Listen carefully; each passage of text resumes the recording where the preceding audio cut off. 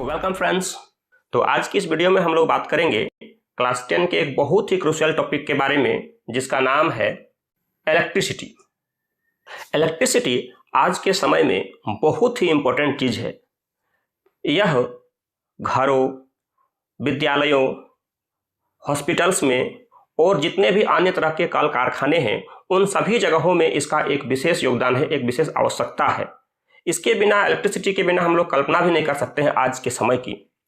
लेकिन क्या कभी आपने सोचा है कि यह जो हमें इतना सुविधा प्रदान करता है, यह विद्युत आखिर बनती कैसे है?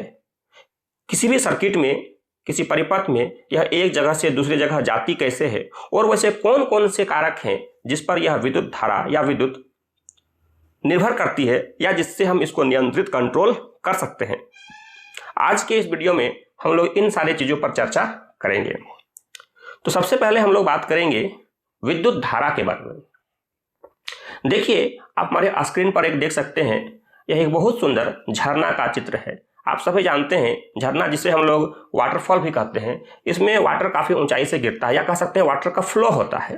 तो जब जल का प्रवाह होता है तो इससे जल धारा बनती है, वाटर का फ्लो होता है तो वाटरफॉल बनता है। उसी प्रकार से जब पवन गति करती है, हवा चलती है, तो उससे जो धाराएं बनती है उसे हम पवन की धाराएं कहते हैं। पवन धाराओं के बारे में आपने क्लास 7 में जरूर पढ़ा होगा। तो जिस तरह से जल के चलने से, जल के फ्लो होने से जल धारा बनती है, हवाओं के चलने से वायु धारा बनती है या पवन की धाराएं बनती है, उसी प्रकार से आवेश के चलने से आवेश का प्रवाह होता है और आवेश के प्रवाह को ही हम लोग विद्युत धारा कहते हैं। अब देखिए, आवेश का प्रवाह कैसे होगा, किस तरह से होगा, तो चलिए हम लोग उसको एक बार देखने का प्रयास करते हैं। देखिए, आप हमारे स्क्रीन पर देख पा रहे हैं, इसमें दो चालक हैं। चालक यानी जिसे हम लोग कंडक्टर भी कह सकते हैं। ये एक चालक है और ये एक दूसरा चालक है, और दोनों ही चालकों में कुछ आवेश है। आप हमारे स्क्रीन पर देख पा रहे हैं, ये जो काले काले कलर से डॉट हैं वे सब आवेश हैं। चलिए, मैं रेड कलर का ये जो चालक है उसे मैं नाम देता हूं चालक ए, और जो ब्लू कलर का है उसे मैं नाम देता हूं चालक बी। और रेड कलर में जो चालक है मैं मान लेता हूं थोड़ी देर के लिए कि वे सारा का सारा चालक जो आवेश है वह पॉजिटिव है। Plus plus plus plus plus plus plus plus. अब देखिए, ये जो आवेश है, प्लस आवेश है, किसी वजह से अगर ये आवेश गति में आ जाए, आवेश कब गति में आता है उसके बारे में हम लोग बाद में चर्चा करेंगे। अभी हम लोग सिर्फ इतना ही चर्चा करेंगे कि अगर यह आवेश गति में आ जाए, यानी कि आवेश का प्रवाह होना शुरू हो जाए। चलिए, मैं चित्र में बनाता हूं। ये आवेश इधर गति कर रही है, सारा का सारा आवेश इधर गति करना शुरू कर दे। तो यहां पर आप देख सकते हैं, इस चालक में जितने भी प्लस चार्ज थे वे सारे के सारे इस दिशा में गति करने लगे। तो जब सारे के सारे इस दिशा में गति करेंगे तो इसका मतलब यहां पर आवेश का प्रवाह हुआ, आवेश का प्रवाह होने लगा, मतलब flow of charge, flow of charge होने लगा। तो ये जो फ्लो ऑफ चार्ज होने लगा इसी को हम लोग इलेक्ट्रिसिटी कहेंगे, या हम इलेक्ट्रिक करंट भी कहते हैं। इलेक्ट्रिक करंट, विद्युत धारा भी कहते हैं। उसी प्रकार से आप देख सकते हैं, जो चालक बी है, ब्लू कलर का है, चलिए थोड़ी देर के लिए मैं मान लेता हूं इसमें सारा का सारा आवेश माइनस है, नेगेटिव आवेश है, और इस नेगेटिव आवेश में भी किसी कारण से यह आवेश गति में आ जाए। चलिए, मैं मान लेता हूं यह आवेश सारा इस दिशा में गति करना प्रारंभ कर देती है, इस दिशा में जा रही है। यहां भी देखिए, इस दिशा में आवेश प्रवाह हो रहा है। तो यहां भी क्या हुआ, आवेश का प्रवाह हुआ। यहां भी क्या हुआ, आवेश का प्रवाह हुआ, यानी कि फ्लो ऑफ चार्ज यहां भी हुआ। यहां भी इलेक्ट्रिसिटी या इलेक्ट्रिक करंट या विद्युत धारा, जिस नाम से हम पुकारे, वह हो जाएगा। यानी कि हम बोल सकते हैं कि जब किसी चालक में आवेश का प्रवाह होता है तो उससे विद्युत धारा बनती है या उससे विद्युत धारा उत्पन्न होता है। लेकिन इस विद्युत धारा को हम एक्सप्रेस कैसे करेंगे, दिखाएंगे कैसे? तो चलिए मैं आपको उस चीज को दिखाने से पहले एक इंपॉर्टेंट चीज की बात करता हूं। देखिए, अभी हम लोगों के पास दो चार्ज था। इसमें क्या था? प्लस चार्ज था। रेड कलर का जो आप देख रहे हैं इसमें पॉजिटिव चार्ज था, और ब्लू कलर का आप ये देख रहे हैं इसमें नेगेटिव चार्ज था। एक बहुत इंपॉर्टेंट चीज मैं यहां आपको डिस्कस करने जा रहा हूं, वो है विद्युत धारा की दिशा। विद्युत धारा की दिशा। देखिए, विद्युत धारा की दिशा धन आवेश के प्रवाह की दिशा में मानी जाती है, क्योंकि जिस समय विद्युत धारा का खोज हुआ था उस समय प्लस और माइनस आवेश के बारे में उतनी जानकारी नहीं थी। इसलिए हम लोग यहाँ पर जो विशेष रूप से बात करने वाले हैं वह इतना ही बात करेंगे, विद्युत धारा की दिशा धन आवेश की दिशा को माना जाता है। इसका मतलब ये हुआ कि अगर कोई पॉजिटिव चार्ज हो और पॉजिटिव चार्ज इस दिशा में जा रहा हो तो इलेक्ट्रिक करंट भी इसी दिशा में जाएगा। लेकिन अगर कोई नेगेटिव चार्ज हो, ये नेगेटिव चार्ज है, और नेगेटिव चार्ज का फ्लो अगर इस डायरेक्शन में हो तो करंट का डायरेक्शन उसके अपोजिट डायरेक्शन में मानी जाएगी। मतलब प्लस यानी कि धन आवेश की दिशा विद्युत धारा की दिशा होती है, और ऋण आवेश के प्रवाह के विपरीत दिशा में विद्युत धारा की दिशा को मापा जाता है, या हम लोग उसको मानते हैं। अब हम लोग देखेंगे कि आवेश प्रवाह की जो बात हम लोग किए अभी कि इलेक्ट्रिक करंट प्रोड्यूस हुआ, इलेक्ट्रिक करंट उत्पन्न हुआ, तो उस इलेक्ट्रिक करंट को हम लोग मापेंगे कैसे हम लोग उसको एक्सप्रेस करेंगे। हाउ टू एक्सप्रेस इट, कैसे हम उसको एक्सप्रेस करेंगे। तो चलिए हम लोग बात करते हैं। हमारे पास एक चालक है, यहाँ पे देखिए एक चालक है, कंडक्टर है। आप बात करें, मैं बार बार चालक ही क्यों ले रहा हूं, इसलिए क्योंकि चालक से विद्युत धारा का प्रवाह आसानी से होता है। तो यहाँ पर भी एक चालक है, कंडक्टर है, और इस कंडक्टर में बहुत सारे छोटे छोटे कण है यानी आवेश है। चलिए मैं थोड़ी देर के लिए मान लेता हूं ये सारा का सारा आवेश नेगेटिव है। ये सारा का सारा आवेश कैसा है? नेगेटिव है। और नेगेटिव आवेश किस में होता है? इलेक्ट्रॉन्स में। तो सारा का सारा मैं मान लेता हूं क्या है? ये इलेक्ट्रॉन है। अब देखिए, अगर ये इलेक्ट्रॉन फ्लो करना शुरू हो जाए, गति में आ जाए, प्रवाहित होने लगे, तो मैं थोड़ी देर के लिए मान लेता हूं ये सारा का सारा इलेक्ट्रॉन इस दिशा में प्रवाहित होने लगे।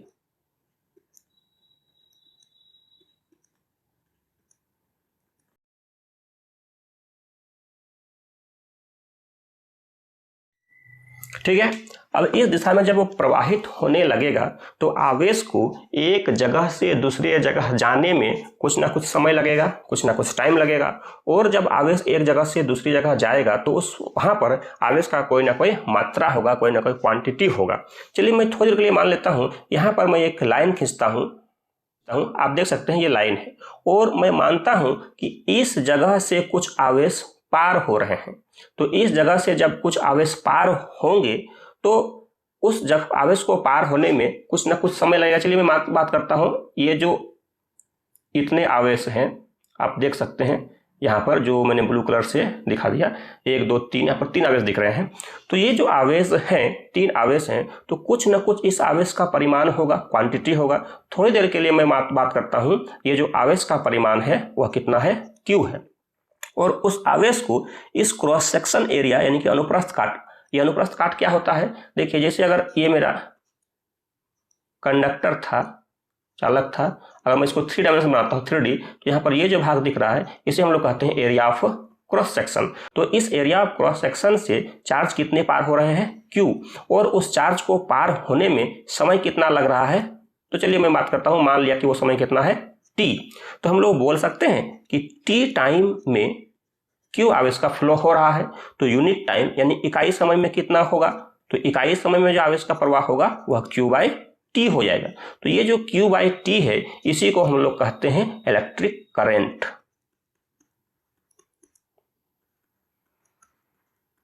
इलेक्ट्रिक करंट, विद्युत धारा। इसका मतलब यदि हम इसको परिभाषा देना चाहेंगे तो कैसे देख सकते हैं? किसी विशेष क्षेत्र से एकांक समय में प्रवाहित होने वाले आवेश के परिमाण को ही विद्युत धारा कहते हैं। या हम लोग और छोटे सिंपल शब्दों में बोल सकते हैं, इकाई समय में प्रवाहित होने वाले आवेश को विद्युत धारा कहते हैं। या हम लोग और भी बोल सकते हैं अलग भाषा में, विद्युत आवेश के प्रवाह की दर को विद्युत धारा कहते हैं। The charge flowing per unit time is known as electric current। और इलेक्ट्रिक करंट को दिखाते किससे हैं हम लोग? कैपिटल I से। इलेक्ट्रिक करंट को दिखाएं कैपिटल I से, चार्ज का मात्रा हो गया Q, समय हो गया T। लेकिन एक इंपॉर्टेंट चीज क्या है कि चिन्ह परिपाटी के अनुसार विद्युत धारा की जो दिशा होगा वो इलेक्ट्रॉन के प्रवाह के विपरीत दिशा में होगा। तो जैसे कि आप इस डायग्राम में देख पा रहे हैं, यहाँ जितने भी इलेक्ट्रॉन्स हैं वो सारा का सारा इस दिशा में जा रहे हैं। ये हो गया direction of flow of electron, यानी कि इलेक्ट्रॉन के प्रवाह की दिशा। तो जब विद्युत धारा की दिशा होगा तो विद्युत धारा की दिशा उसके अपोजिट हो जाएगा, विपरीत हो जाएगा। ये है हमारा विद्युत धारा की दिशा, direction of flow of current.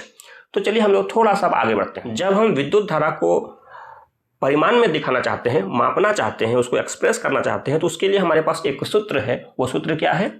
I = Q/T, जहां पर I क्या है?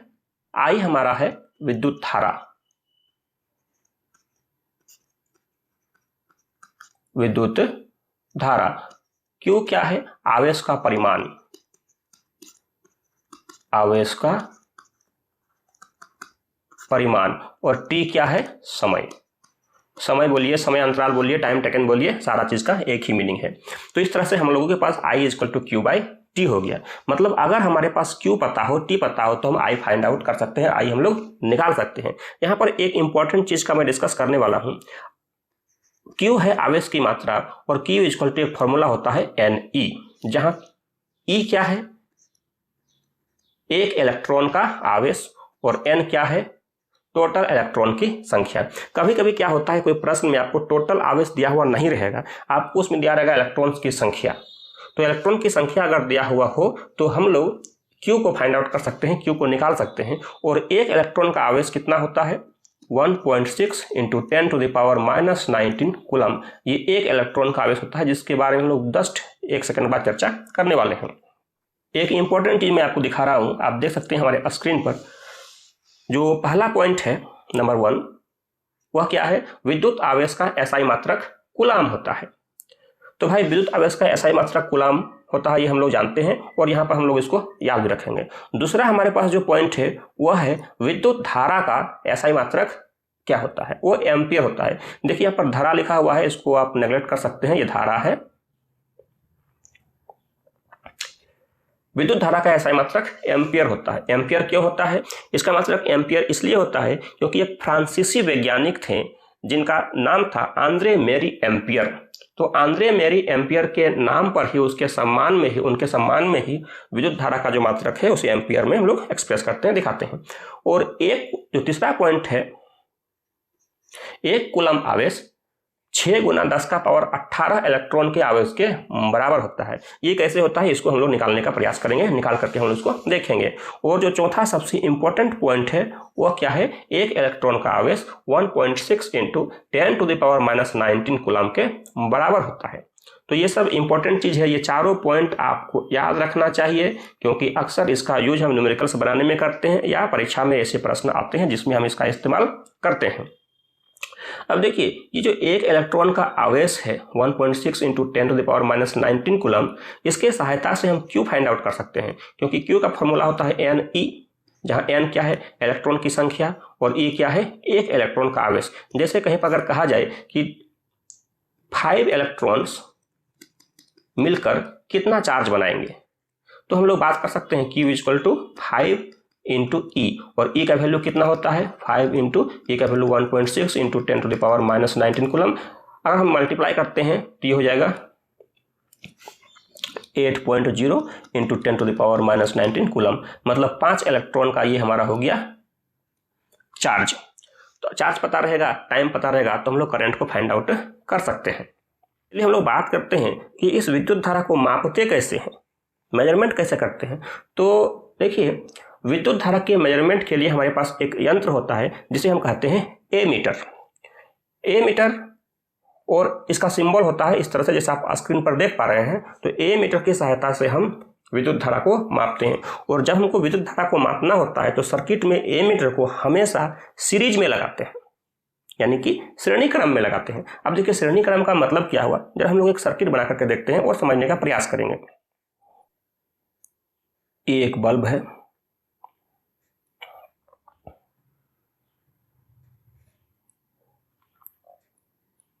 ये बैटरी है। सेल और बैटरी का सिंबल आप लोगों ने कुछ नीचे क्लास में अवश्य पढ़ा होगा। उसके बाद यहां पर मैं एक स्विच बना रहा हूं। अब देखिए इस जगह पर मैं ए मीटर को जोड़ देता हूं। तो ये जो ए मीटर है, इससे हम लोग इस सर्किट से प्रवाहित होने वाले विद्युत धारा को माप सकते हैं। अब बताइए क्या अभी यह बल्ब जलेगा? बिल्कुल नहीं, क्योंकि स्विच अभी क्या है, ऑफ है। हमें इस ऑफ स्विच को क्या करना है, ऑन करना है। उसके लिए हम सिंबल में क्या करेंगे, बीच में थोड़ा सा एक बिंदु डाल देंगे। जैसे ये स्विच ऑन हो जाएगा, अब क्या होगा, बल्ब ग्लो करेगा, जलेगा, चमकेगा। अब इस ए मीटर से जो करंट फ्लो होगा उसका पाठ्यांक यानी रीडिंग हमको यहाँ से मिल जाएगा। उसको देख के हम बता सकते हैं कितना एम्पियर का करंट इससे बह रहा है, 3 एम्पियर, 4 एम्पियर, 10 एम्पियर, जितना भी हो। तो इस तरह से हम लोग करंट को मेजर करते हैं। मैं आपको एक प्रश्न देता हूं और एग्जाम्पल के सहायता, उस प्रश्न की सहायता से हम लोग इसको समझने का प्रयास करते हैं। जैसे किसी इलेक्ट्रिक बल्ब में, विद्युत बल्ब में 0.5 एम्पियर विद्युत धारा 10 मिनट तक प्रवाहित होती है, तो विद्युत परिपथ से प्रवाहित विद्युत आवेश का परिमाण ज्ञात कीजिए। अब देखिए इस प्रश्न में हम लोग देखेंगे तो हमारे पास क्या क्या चीज है। प्रश्न में दिया हुआ है कि वहां से जो करंट है वो करंट कितना है, करंट को हम लोग आई से रिप्रेजेंट करते हैं, आई से मान लेते हैं। तो करंट था मेरे पास 0.5 एम्पियर। उसके बाद टाइम कितना दिया हुआ था, टाइम दिया हुआ था 10 मिनट, 10 मिनट। और हमें निकालना क्या है, हमें निकालना है आवेश की मात्रा Q = वाट। अब देखिए एक चीज, ये जो करंट है यह तो इसका जो यूनिट है SI में है, लेकिन टाइम का 10 मिनट है, यह SI में नहीं है। तो हम टाइम को सेकंड में कन्वर्ट करेंगे पहले। तो कैसे करेंगे, तो 10 × 60। अब ये मिनट क्या हो गया, सेकंड में कन्वर्ट हो गया। हम इसको अगर मल्टीप्लाई करेंगे तो मेरे पास आएगा 600 सेकंड। अब देखिए हम लोग एक फॉर्मूला जानते हैं,